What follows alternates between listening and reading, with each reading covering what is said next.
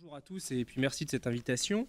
Donc l'idée, ça a été de réfléchir au fond aux relations entre jeux vidéo et littérature ou livres à partir de travaux donc, que je mène au sein d'Expéris en travaillant effectivement beaucoup sur le jeu vidéo et en ayant un intérêt. Alors c'est peut-être ça qui va faire que je serai un peu décalé, mais un intérêt plutôt pour les pratiques que pour les objets, même si justement j'ai essayé de jouer le jeu en m'intéressant un peu aux objets et moins aux discours, aux pratiques, à ce que les gens font concrètement. Et puis de réfléchir au fond à ces relations entre jeux vidéo et littérature jeunesse, livres, romans en général peut-être, bande dessinée également. Donc il y a une partie qui est un peu de ce que je vous présentais, qui est un peu expérimentale, et puis d'autres qui s'appuient vraiment sur les travaux que j'ai menés, et tout particulièrement sur les romans Warcraft. Donc sur cette question, d'essayer de comprendre les relations entre jeux vidéo et littérature, voire même narration, un sens un peu différent, il me semble qu'on peut, c'est une des questions à laquelle je vais essayer d'apporter des éléments de réponse ou d'analyse, et puis en fait aller vraiment sur ce que j'ai travaillé plus spécifiquement dans le cadre d'une thèse, qui est la réception en fait de certains romans. Donc, il me semble qu'à la question quel type de relation on peut distinguer, il me semble, enfin, en travaillant donc sur le jeu vidéo et connaissant plutôt la littérature, on va dire des game studies, qui sont donc le champ qui se veut lié au cultural studies, mais quand on regarde quand même disciplinairement, il y a quand même un écart assez grand avec le département de Birmingham, mais bon, quand on regarde un peu ce qui se dit dans le jeu, dans la littérature sur le jeu vidéo, il me semble qu'on peut distinguer au moins deux types de relations entre jeux vidéo et livres. Tout d'abord, une relation théorique, peut-être parfois scolastique, c'est-à-dire d'essayer de penser le jeu vidéo théoriquement en termes de dispositif, essayer de voir, alors ça a été évoqué un peu aujourd'hui, l'importance du texte, est-ce que ça fait récit, est-ce que ça fait narration. Donc là, il y a un débat que je vais essayer de vous retracer brièvement. Et puis des relations, on va dire, peut-être plus empiriques, hein, en termes de contenu, d'univers fictionnel. On va voir des phénomènes de circulation des livres adaptés en jeux vidéo. Et puis, plus tardivement, et je vais m'appuyer sur les travaux de mon collègue à droite, sur l'adaptation en fait, de jeux vidéo en livres. Et puis, je terminerai en fait, ce qui est mon cœur de métier, hein, mon fonds de commerce, qui est au fond l'analyse des pratiques culturelles, et en vous montrant un peu comment ces types de romans, on peut les comprendre moins d'un point de vue, on va dire, internaliste, c'est-à-dire quel type de relation, moins sémiologique, que de voir comment c'est reçu, c'est discuté, débattu par les lecteurs de romans, là en l'occurrence de romans World of Warcraft.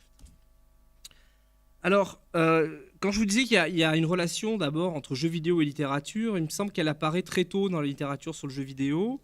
Et quand on regarde un peu les premiers travaux, donc on en a à fin des années 80, début des années 90, c'est d'abord les études littéraires qui vont produire des recherches sur le jeu vidéo.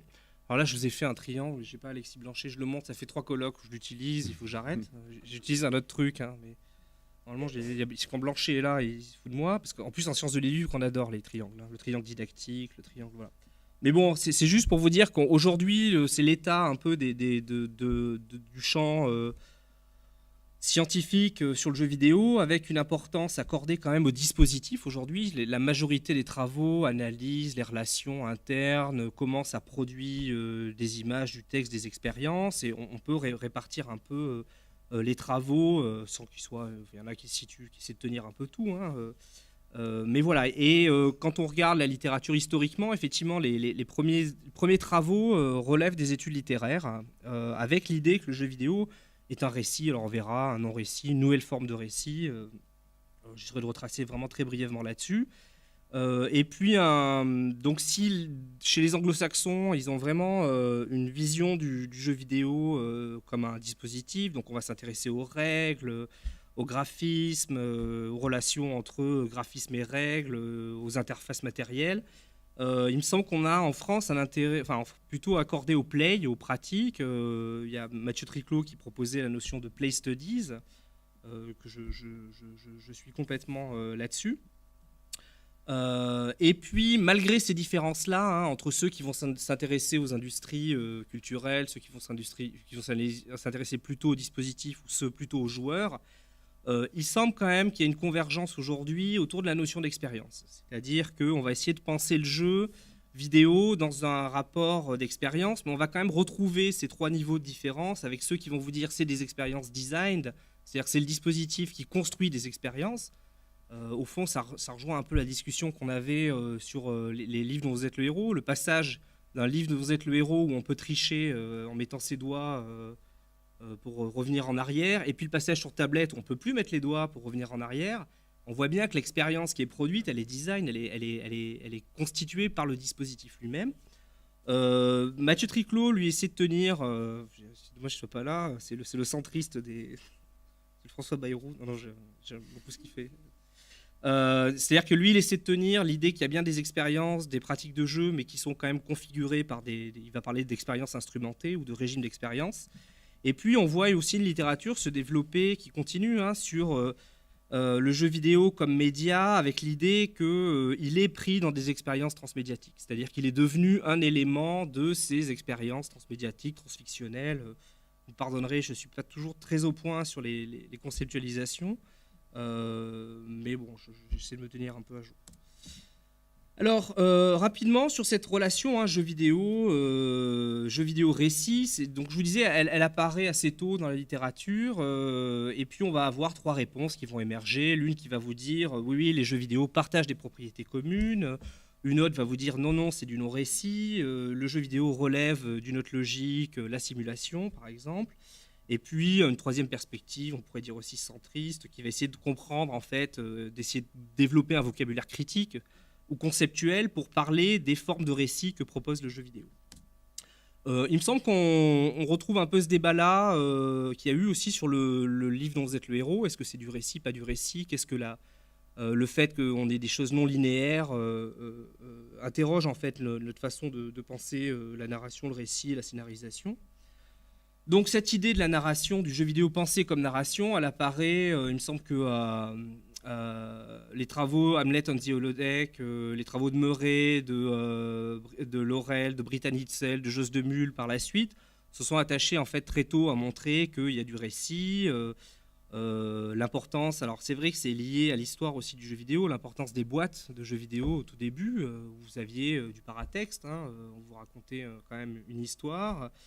L'importance de cinématiques, d'introduction, de structure narrative. On retrouve des formes d'actes, les fins de tableau, les levels, voilà. La présence d'une introduction, d'un déroulement, d'une conclusion. Donc au fond, je ne rentre pas dans le détail, mais on a eu une première approche qui a été de dire on voit bien des points communs. Voilà, on va dire il y a des points communs et donc le jeu vidéo renvoie au domaine de la narration. On va voir également, c'est Campman par exemple qui emprunte les modes de focalisation en montrant que chaque jeu vidéo fonctionne sur des modes de récit externes, internes ou zéro. Et donc on mobilise au fond la théorie littéraire pour comprendre ça. Il y a un débat toujours. Alors c'est un faux débat dans la littérature sur le jeu vidéo. On a dit les narratologues contre les ludologues. Certains en disant on mobilise les théories littéraires, d'autres en mobilisant les théories du jeu. En fait, c'est un débat qui n'a pas tellement de sens épistémologiquement, parce que, en gros, ça dépend des objets qu'on travaille. Effectivement, quand on arrive en disant Tetris, il n'y a pas d'histoire, on peut dire s'il y a une faible histoire, il y a une fusée à la fin, il y a une fusée, si on arrive à la fin. Mais bon, en gros, on voit bien que le débat, il est lié aux objets, à l'hétérogénéité, au fond, des objets. Donc, pour vous donner un peu quand même ce débat, qui fait que même si le débat universitaire n'a pas nécessairement beaucoup d'impact sur les pratiques des joueurs, ça a quand même alimenté les game designers sur comment penser, même dans les écoles en fait. Hein. Là, j'ai vu à la Gaîté Lyrique, il y a une table ronde qui va se faire sur le jeu vidéo raconte-t-il des histoires. Vous voyez, c'est un truc qui apparaît très tôt dans la littérature et qui continue. Il y a une thèse assez intéressante de Fanny Barnabé aussi. Enfin, il n'y a pas que elle. Hein. Quand j'étais au Mans, j'ai découvert les études sur le jeu vidéo dans le champ des études littéraires. Donc voilà, donc il y a ce débat-là, récit, non-récit, et puis des positions, on va dire, intermédiaires, hein. Frédéric Dagès, qui travaillait ici, lui parlait de ludonarration, pour essayer, lui et Weisberg, et puis d'autres aussi, Amato, par la suite, ont essayé de dire, bon, bah, on va prendre la théorie littéraire, et puis on va essayer de construire, ou de l'information, de la communication, et de construire des nouveaux concepts pour penser ces éléments-là. Donc on va parler de ludonarration, de méta-récit. Sébastien Genevaux, qui essaie d'articuler théorie du jeu, théorie de la narration, va parler de narration autogénérative, voilà. Et donc on va aussi parler de lecte-acteur, du spectateur. Vous voyez, on est comment dire, dans de l'innovation conceptuelle et théorique, ou de l'invention.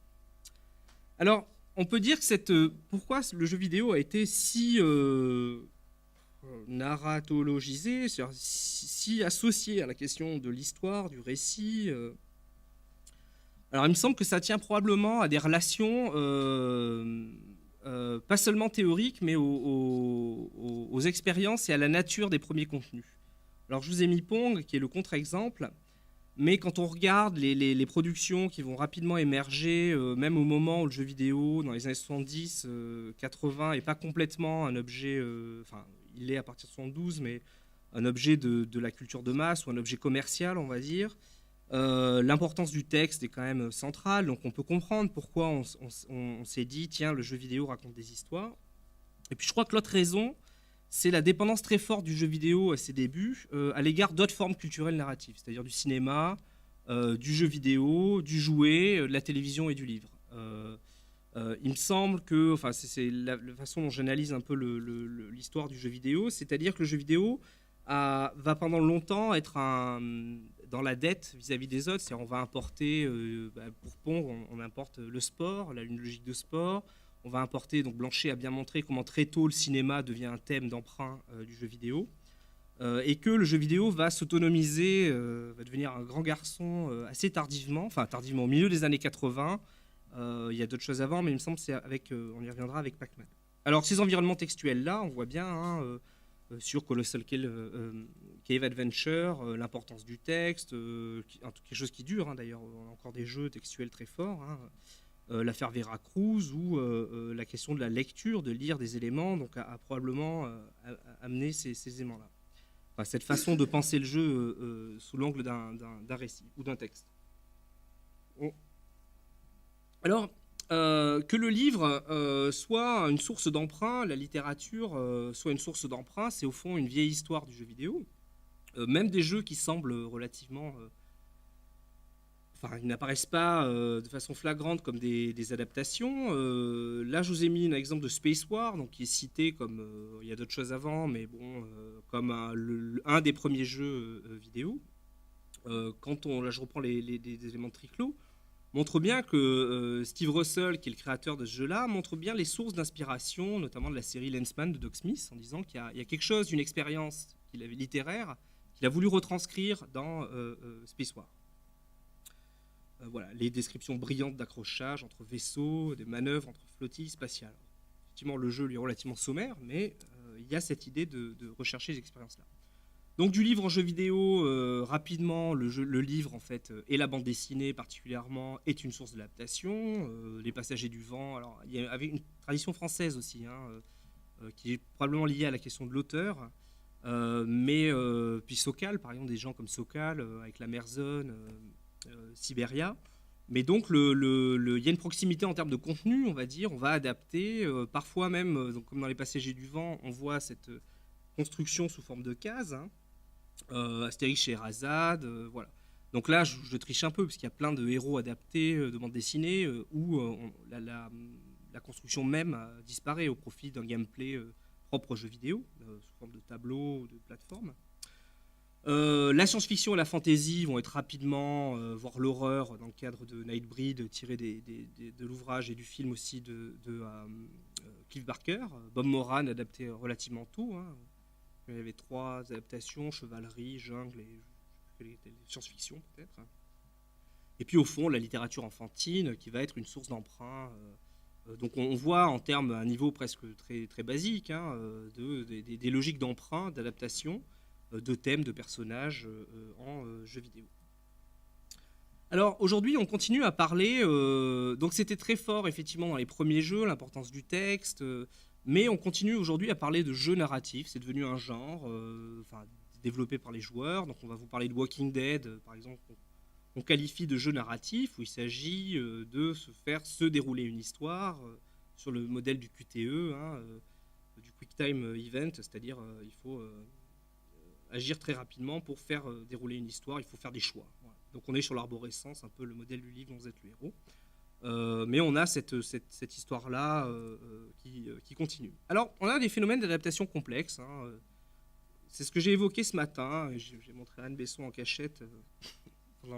C'est les adaptations de livres dont vous êtes le héros, qui effectivement, ça a été évoqué ce matin. Il y a des tentatives de réédition. Mais il me semble qu'il y a des associations derrière de fans en fait qui essaient de. Enfin, c'est ça que je voulais vous demander d'ailleurs. Je vous demanderai. Mais donc on voit émerger sur les tablettes, et pas seulement, hein, mais smartphones, en gros des livres dont vous êtes le héros et dont on voit deux logiques d'adaptation. On pourrait dire une adaptation à minima, où on fait figurer le livre et puis on recolle le texte et on choisit l'arborescence. Et d'une certaine façon, l'expérience n'est pas la même parce qu'on ne peut pas tricher, mais elle essaie d'être l'expérience théorique du livre dont vous êtes le héros. Effectivement, les auteurs présupposent que les joueurs ne trichent pas. Alors ils le savent, mais ils jouent quand même le jeu. Alors que quand on voit des adaptations comme Loup solitaire, donc qui est un jeu qui fonctionne plutôt bien, qui est dans les premières ventes, enfin, c'est en plusieurs actes, hein, donc ça dépend mais au moment de la sortie, il est dans les classements sur l'Apple Store et Google Play. Et en fait, c'est des adaptations, on pourrait dire, si je voulais jouer au jeu du jargon, vidéo gamifié, c'est-à-dire on reprend le livre dont vous êtes le héros, et puis on le retransforme en jeu vidéo, et donc on voit bien enfin on voit pas bien non, mais sur la version donc en bas, vous avez une partie à gauche qui est le livre, et la droite peut se transformer en jeu vidéo, c'est-à-dire du QTE, de gameplay vraiment de jeu vidéo. Ils ont intégré une dynamique, au lieu de régler ça avec des dés qu'on lance ou qu'on lance pas, enfin, on dit qu'on a réussi. Là, vous avez une dynamique propre au jeu vidéo qui est inscrite dans l'élément. Donc il me semble qu'on a des phénomènes d'adaptation, de mise en abîme un peu complexes, avec l'idée de quand est-ce qu'on va réadapter Loup solitaire version jeu vidéo en livre. Donc ces relations-là me semblent... donc on voit bien qu'il y a ce lien-là entre le livre et le jeu vidéo, mais au fond on l'a avec le cinéma, le jouet. Et puis le milieu des années 80 me semble marquer un moment d'autonomisation, c'est-à-dire où le jeu vidéo fait référence à lui-même et puis devient un support d'export. Voilà. Alors il y a des choses avant, mais Pac-Man, en termes de pratique et de massification, me semble marquer précisément ce moment qui est début des années 80, au milieu des années 80. Pac-Man qui devient un dessin animé, donc qui va s'exporter sur un autre média, qui va rentrer dans la logique transmédiatique, mais en étant cette fois à l'origine, puis un jeu de société, des albums, des histoires pour les enfants de Pac-Man. Et on va voir, alors là je m'appuie sur tes travaux, je peux les revérifier, mais tu repères donc à partir début des années 80 les romans Zor, qui sont des romans dont vous êtes le héros, qui sont des adaptations de jeux vidéo. Et puis le phénomène semble être un peu plus important aux États-Unis dans les années 80, mais arrivé plus tardivement en France, hein, dans les années 90, c'est la création de romans à partir de jeux vidéo. Donc moi, ce que j'avais repéré jusque-là, c'était plutôt des dessins animés, donc avec Mario. Il y a eu des romans, il y a eu des cahiers de vacances, des choses comme ça, Nintendo. Et puis du roman à partir de jeux vidéo, donc c'est dans les années 90 en France, c'est plutôt aux États-Unis. Et il semble qu'il y a une phase d'accélération quand on regarde la liste des publications à partir des années 2000. Donc Diablo, Starcraft, Halo, Resident Evil, Warcraft, voilà, toute cette série-là, je ne les ai pas tous notés. Alors à un certain niveau, on peut se dire, oui, adapter quelque chose qui vient du jeu renvoie au fond à, je reprends le terme de Pierre Bruno, mais je crois qu'il l'emprunte lui aussi, de traditionnalisme rénové. Effectivement, on l'a évoqué, l'idée de figures de la culture ludique qui sont racontées, mais ça aussi tu l'analyses dans, je crois, l'article La Ronde des Jouets, dans le collectif là-dessus, sur les romans, sur Mishka, voilà, ces éléments-là. Mais Michel Manson aussi avait travaillé sur cette tradition en fait, d'adaptation de jouets en roman. Et puis, on peut voir aussi que c'est ce qu'on appelle le transmédia, mais qu'il y a ce phénomène d'accélération, de transmédiation, et que les univers de jeu sont devenus des univers d'adaptation qui circulent de lieu en lieu. Avec, alors on le connaissait pour les figurines Warhammer, qui ont été des livres, le jeu de rôle aussi, Dragonlance, le monde de World of Darkness, tout ça, ça a été évoqué dans les jours précédents. Et peut-être plus intéressant, il me semble, c'est comment l'industrie du jouet, qui a très tôt fait de l'adaptation en dessin animé, devient des adaptations de films. Bon, les maîtres de l'univers avaient déjà été faits, hein, mais là, on voit bien avec des trucs comme Transformers, G.I. Joe, Lego, des formes d'adaptation qui visent plus nécessairement les enfants, en tout cas dans le cas de G.I. Joe, avec... Alors, contrairement peut-être à ce qui se dit, enfin, parfois on a une vision en se disant il y a bien des propriétés spécifiques à des univers, c'est pour ça qu'en fait ils sont riches et qu'on les adapte. On n'en a pas assez parlé, je crois, mais j'étais assez sidéré quand même de voir qu'on puisse adapter la bataille navale au cinéma. Voilà. Je suis pas certain qu'on a un univers très dense, hein, au sens littéraire, mais on a réussi à en faire une adaptation. Donc il y a bien un phénomène peut-être d'emprunt à la culture ludique, même à l'unité minimale. Je recycle, désolé Anne, un gag, enfin pas un gag, si un peu. C'était une proposition que j'avais faite au colloque du Mans, qui était d'adapter le jeu le plus joué en France, le solitaire et le démineur, sous forme de roman. C'est une proposition, si des éditeurs sont intéressés, je suis prêt à écrire l'histoire. Donc, il me semble dans cette logique éditoriale, de publication, donc là je reprends les analyses de Mathieu Le Tourneux, donc tu distingues en fait trois logiques, hein, les romans qui vont reprendre les thèmes et les personnages pour des intrigues originales, celles dont tu montres, je crois que tu reprends StarCraft, en fait qui prennent aussi presque l'expérience qui est produite dans le jeu, si on raconte une histoire, une bagarre, et puis des novélisations stricto sensu, voilà. Donc là où on reprend directement l'histoire évoquée dans le jeu. Donc voilà un peu, c'était pour tracer... Il reste combien de temps? Je sais pas, je vais regarder. Il me restait 10 minutes, c'est ça? Ouais, c'est pas mal. Donc ça c'était, comment dire, là je m'aventurais sur, je vais dire, une vision un peu générale et très large, mais pour arriver au fond à, bon on voit bien qu'il y a du transmédia, mais au-delà des analyses plutôt internes ou parfois marketing économique, socio-économique, des transformations, c'était de savoir en fait qui sont ces lecteurs d'ouvrages, quel sens, signification ils leur attribuent, quelle grille critique, esthétique est mobilisée. Et c'est donc des éléments que je vais vous présenter qui est donc issu d'un travail qui avait été fait sur un travail de sociologie de World of Warcraft. Alors pour situer rapidement, hein, World of Warcraft c'est un exemple de monde virtuel en expansion, d'univers étendu, à l'origine donc un jeu vidéo en 94, suivi par 2 autres titres hein, qui vont marcher aussi bien. Puis Blizzard est une société qui a du succès, qui produit Diablo, qui produit StarCraft. Et puis donc à partir de 2004, World of Warcraft, donc là en bas vous avez la série des titres, hein, World of Warcraft propose un MMO qui est, donc contrairement aux jeux précédents, qui vous propose d'incarner, de rentrer complètement, d'interpréter un personnage dans l'univers virtuel d'Azeroth, qui est le nom d'Azeroth, qui est le nom de l'univers de Warcraft. Donc à partir de ce jeu vidéo, on voit très rapidement une espèce de Big Bang, un truc qui explose, et puis vous en avez plein partout, vous en avez trop. Donc vous allez avoir des bandes dessinées, du jeu de rôle, hein, qu'on oublie un peu, du jeu de figurines, du jeu de cartes à collectionner, du jeu de société. Alors tantôt en imitation, je pense qu'on pourrait reprendre le modèle que tu présentes, en regardant en fait ceux qui utilisent le thème simplement, ceux qui essaient de reproduire, comme le cas du jeu de société Warcraft 3, enfin qui reprend le modèle de Warcraft 3, qui essaie de simuler... il y a eu un autre jeu de société qui essayait de simuler le MMO. Donc il me semble qu'il y en a qui sont dans des logiques d'imitation et d'autres dans des logiques effectivement de gameplay original. Et peut-être ça marcherait, enfin il faudrait tester.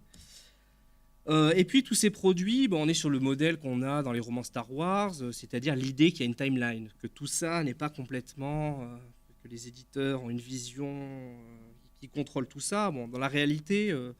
l'hypothèse que j'ai quand même, c'est que les éditeurs sont complètement dépassés par leur truc transmédiatique.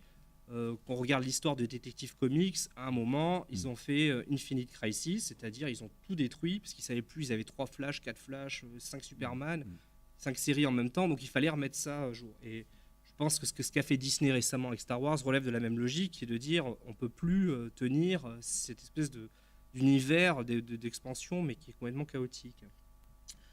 Donc on voit quand même, cette timeline me semble intéressante parce qu'elle intègre non seulement les romans, hein, donc on voit des romans qui reviennent sur l'origine du monde, et puis aussi des jeux de cartes qui s'insèrent à tel moment, entre deux romans.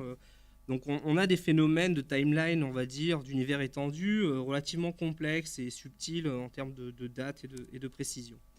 À ces phénomènes-là, on a ce que j'appelle la transmédiation clandestine, c'est-à-dire des choses qui semblent un peu sympas. Alors, dans le monde des joueurs de World of Warcraft, cet épisode est culte, on pourrait dire, est connu. Vous connaissez South Park, donc les adolescents rencontrent ils jouent à World of Warcraft, ils rencontrent dans World of Warcraft un joueur surpuissant qu'ils n'arrivent pas à vaincre. C'est un no-life, et en fait, c'est les éditeurs qui ont ce problème-là. Et donc les enfants, les éditeurs rencontrent les enfants de South Park, leur donnent l'épée des 1000 vérités, et pour tuer le no-life qui détruit, en fait, qui tue tout le monde dans l'univers, qui est devenu. Voilà. Et la question, c'est comment on tue quelqu'un qui n'a pas de vie. Donc ils deviennent obèses, et on a une espèce de critique sociale au fond de South Park. On les voit, ils font caca dans des seaux, les parents vident les seaux, voilà. Mais ce qui est intéressant, c'est que à la fois c'est une critique, c'est marrant, mais en fait c'est une logique transmédiatique et c'est une logique marketing très forte. C'est-à-dire qu'en fait des accords avaient été passés entre South Park et les éditeurs de Blizzard. L'épée des 1000 vérités qui apparaît dans le jeu vidéo, dans le dessin animé, apparaît plus tard dans le jeu de cartes. Elle apparaîtra aussi dans une quête qui s'appellera du même nom, Make Love No Warcraft. Et au fond, si j'étais un philosophe critique, ou si j'allais du côté de Baudrillard, hein, effectivement, parfois c'est un peu très réac, mais ça pose quand même la question de quand les médias font la critique eux-mêmes, en fait. Du coup, tout le monde est désarmé, la critique est plus possible. Et puis, si on prend cette perspective critique-là, on peut voir, du côté de Klein notamment, que ça permet aussi de saturer les espaces de la culture juvénile partout avec un même produit. Alors, quand on regarde du côté de la réception, quand on regarde quand même sur les romans Warcraft, on est sur une pratique de fan. Les lecteurs de Warcraft sont quand même des fans de Warcraft. Et on voit rapidement, donc ça c'est des éléments du questionnaire, hein, c'est une enquête sur plusieurs milliers de joueurs, donc 4% en fait des joueurs, hein, de la masse se considéraient comme des fans, et près de 1% citaient les romans Warcraft comme des livres cultes. Voilà. Et donc on voit, je vous ai mis quelques extraits d'entretien qui avaient été menés, la façon dont pour eux en fait c'est une continuité, explorer un même univers autrement. Quelques rares critiques littéraires sont souvent mobilisées, hein, donc là, je m'appuie à la fois sur les entretiens et sur les analyses de forums, mais dans les statistiques, c'était relativement faible. Au fond, ce qui est intéressant, c'est qu'ils sont rarement analysés en termes de qualité esthétique, d'écriture, en fait, de style, mais en termes de cohérence et d'architecture. Et il me semble que, donc du coup, toute la question, c'est qu'est-ce qu'on juge quand on lit, quelle grille on mobilise, en fait. C'est quoi un goût, quel goût on a, comment caractériser ce goût-là. Et on voit bien, hein, tout dépend de ce que tu recherches dans un livre. Si c'est le style, la profondeur, tu passes ton chemin. Si c'est pour le background de l'univers, je pense que ça peut être pas mal. Donc ça dit bien quelque chose de la réalité en fait de ces objets-là. Ce qui est central en fait dans le jugement, ça c'est un forum par exemple de discussion, c'est le background. Au fond, on va juger un livre non pas tellement sur l'orthographe, la qualité du style, la qualité de l'intrigue, mais au fond, est-ce qu'il s'insère bien dans l'histoire et est-ce qu'il apporte quelque chose à l'échafaudage général. Donc on voit bien là, c'est sur Warcraft, le chef de la rébellion, qui revient sur le personnage de Thrall. Et on voit que ce qui est en jeu dans la discussion, c'est bien l'éclairage qui est apporté. Au-delà de Warcraft, on voit bien aussi que ce qui est discuté de ces romans Warcraft, c'est ce qu'ils apportent à l'univers, en fait leur adaptabilité à s'insérer dans l'univers de Warcraft, mais au fond ce que Warcraft en général apporte à la fantasy. Et la plupart des éléments qu'on trouve sur les forums, c'est des discussions aussi sur comment Azeroth s'inscrit dans la fantasy. Et donc les analyses autour de qu'est-ce que ça apporte à Tolkien, quel rapport avec Tolkien. Tolkien était la référence centrale dans les débats un peu savants autour des romans Warcraft. Donc se développe, on pourrait dire, chez les passionnés un goût spécifique, hein, qui consiste à analyser ces produits non pas comme des livres, mais comme des éléments de plus ou moins bonne facture d'une architecture plus large, à la fois Azeroth et ce que Azeroth est à la fantasy. On voit bien c'est quoi ce délire de comparer Zola, parce que dans un des débats, je l'ai passé rapidement, il y a un type qui dit c'est pas Zola, et, mais qu'est-ce que tu... Donc, qu'est-ce que tu nous emmerdes avec Zola? On n'est pas du tout là pour parler de littérature, en fait. Il le dit bien, hein, c'est pas un forum sur la littérature, mais sur Warcraft. Et pourtant, il parle de livres Warcraft. Donc voilà, on voit bien cette discussion voilà, sur les elfes de la nuit. Ça, c'est un extrait d'entretien de type qui critique en fait les orques et les trolls, enfin, qui critique les trolls et pas les orques au rapport d'autres formes de jeux. Les débats aussi portent à la fantasy, puis à la culture ludique en général, hein, les rapports entre Warhammer 40 000 et Starcraft. Donc on voit bien qu'il y a une espèce de filiation qui se fait non seulement entre des genres littéraires, puis entre des genres de jeux, et puis entre des backgrounds différents. Ce qui caractérise également ces éléments-là, c'est quand même des formes d'érudition, quoi qu'on en dise, hein. Parfois, je veux dire d'une finesse, s'ils disent que les Eredar sont une race perverse de sorciers diaboliques, et s'ils disent de l'autre qu'ils sont super intelligents. Donc on va aller chercher vraiment, parfois dans des détails, dans des trucs un peu cachés, des cohérences, des incohérences. Donc il me semble qu'on peut parler au sens où Pierre Bruno parlait de pratique savante du jeu vidéo, c'est qu'on est quand même sur des formes d'érudition, de consommation savante. Et oui, ça colle, c'est historique. Tous ceux qui sont capables de vous faire des liens entre les MMO, les cartes, qui vont vous dire mais tel auteur, tel illustrateur a illustré la boîte de tel jeu et puis aussi de telle carte, et puis voilà. Donc il me semble qu'on peut parler au sens d'érudition et de consommation savante, de capacité à développer un regard critique, à mettre en lien des objets divers, voilà, dans des perspectives parfois historiques ou pseudo-historiques en fonction de la timeline. Et puis le dernier point qui me semble important est les dernières formes de réception que j'ai mis en dernier, mais qui est au fond une des réceptions les plus importantes dans les discours des joueurs, mais aussi dans les pratiques, hein, quand on regarde comment les joueurs jouent. C'est que ces jeux fonctionnent quand même comme, enfin ces livres fonctionnent comme ce que j'appelle les exhausteurs de jeu, comme il y a des exhausteurs de goût, c'est-à-dire la façon dont la lecture permet d'augmenter l'expérience de jeu. Là, vous avez deux extraits, enfin notamment un qui est assez intéressant, qui dit donc j'ai beaucoup aimé tous ces livres, en particulier Le Chef de la Rébellion. C'est vrai qu'à titre personnel, c'est le moins mauvais de celui que j'ai lu. Et depuis, à chaque fois que je vais voir Thrall, donc c'est un des personnages qu'on trouve, c'est un orc, mais qu'on trouve dans le MMO. Je m'agenouille devant lui. Donc, en fait, le fait d'avoir lu l'histoire de ce personnage-là a eu un impact sur sa pratique. Et c'est des éléments qu'on trouve, au fond, dans d'autres éléments. Là, je vous en ai mis deux. Hein. Mais, dit, quand je joue aux cartes, ça me rappelle des parties. Ou des fois, quand je suis connecté, entre midi et deux, on se fait une partie. Ça prépare la partie du soir du week-end. Et donc, ces éléments, que ce soit des livres ou des cartes, sont mis au même niveau, autour quand même de l'univers original qui est un jeu vidéo, avec l'idée que ça augmente l'expérience de jeu. Donc ma conclusion, je suis pas mal, hein. 31. Une conclusion et puis quelques éléments de débat. Donc il me semble qu'on voit bien dans les romans World of Warcraft une caractéristique très générale, mais qui était décrite ailleurs. Hein. Là, j'avoue que je fais qu'illustrer des choses qui ont été dites par Jenkins ou d'autres. Qui me semble bien que bon, ça s'inscrit dans ces processus-là, que c'est des univers, des fictions qui sont en fait en jeu dans tous ces éléments-là, et qu'il s'agit de dessins animés de la Guerre des Étoiles, de bandes dessinées World of Warcraft, de romans ou de films comme les jugements qu'on voit à l'œuvre de ces œuvres-là sont pas tellement liés aux critères formels du média. C'est-à-dire qu'on va pas tellement juger. Enfin, ça va rentrer en jeu, mais au fond, la critique qui est derrière, c'est pas seulement est-ce que c'est bien écrit, est-ce que c'est bien construit, est-ce que c'est bien filmé dans le cas d'un film, mais est-ce que ça s'intègre bien, au fond, dans l'univers de référence. Donc, il ne s'agit pas seulement de l'analyser, je ne dis pas qu'ils ne le font pas, hein, mais de le considérer au regard toujours d'un ensemble plus large, et celui de la fiction d'un mythe dont il est au fait qu'un élément et auquel il contribue. Alors, ce sera le dernier point, en fait, plutôt de débat, de réflexion, hein, que je m'attribue aussi j'attribue en fait, aux travaux sur les transmédias et puis à moi aussi dans l'analyse, c'est que la difficulté de ces analyses de réception, et je pense que c'est le problème des études de fans, c'est qu'on est toujours sur des analyses et des pratiques d'engagement intensif.